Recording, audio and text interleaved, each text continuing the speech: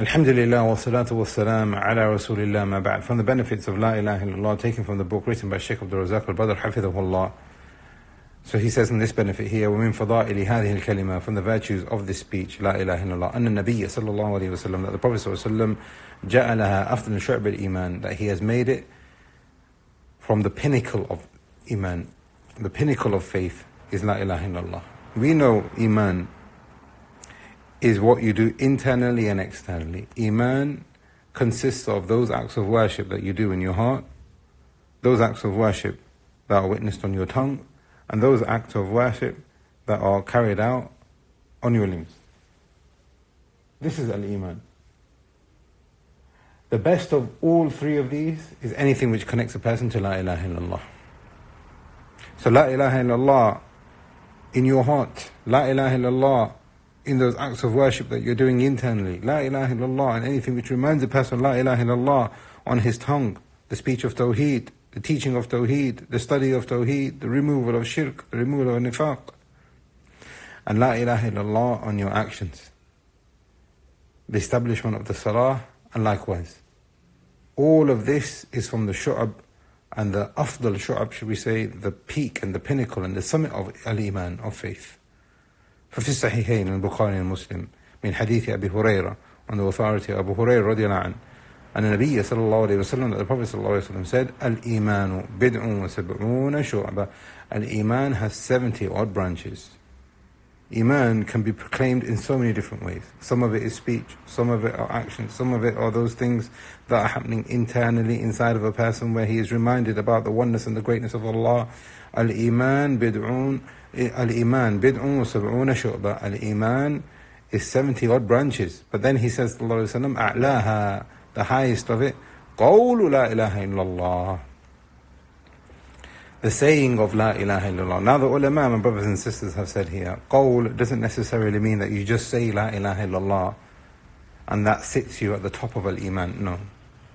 Qawlu la ilaha illallah, meaning the belief in La ilaha illallah, the saying of La ilaha illallah, and the acting upon La ilaha illallah, the removal of shirk in the heart, the removal of shirk and kufr and nifaq on the tongue and on the limbs. This is a'laha, this is the highest point of al-Iman, this is the summit of it.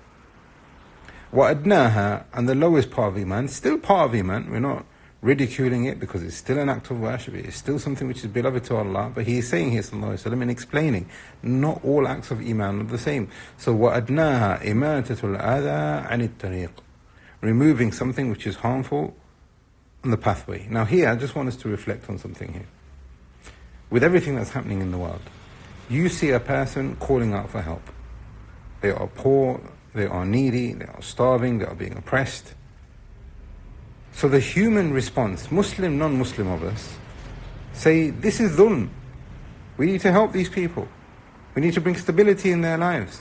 The Messenger of Allah ﷺ is saying here, وَأَدْنَاهَا إِمَاتَةُ الْأَذَى عَنِ الطَّرِيقِ. If you turn that response into an act of worship, then it becomes a part of your Iman. However, the highest level is in your rights with Allah and the rights of Allah over you. The highest level is your servitude to Allah and how Allah subhanahu wa ta'ala has been kind in His rububiyyah over you. The highest level of Iman is not that you go around looking right and left and seeing how you can benefit the creation. The highest level of Iman is in your connection with Allah subhanahu wa ta'ala. A'laha qawlu la ilaha illallah. Now this is not to downgrade or belittle helping people and giving the sadaqah. It's one of the pillars of our religion. But what I'm trying to say here is that quite often people can respond and say, well, I want to go help this person needs my help, etc. And we will say, yes, inshallah, if you're sincere in that, this becomes an act of worship. But there is something greater than all of this, which is La ilaha illallah. Second benefit from this also is that the Messenger of Allah ﷺ has said here, removing something harmful from the pathway, وَأَدْنَاهَا إِمَاتَةُ الْأَذَى عَنِ الطَّرِيقِ, is part of Iman. But quite often, like I said, the Muslim of us and the non-Muslim of us, just a basic common courtesy. You see something harmful, you remove it. You want goodness for people.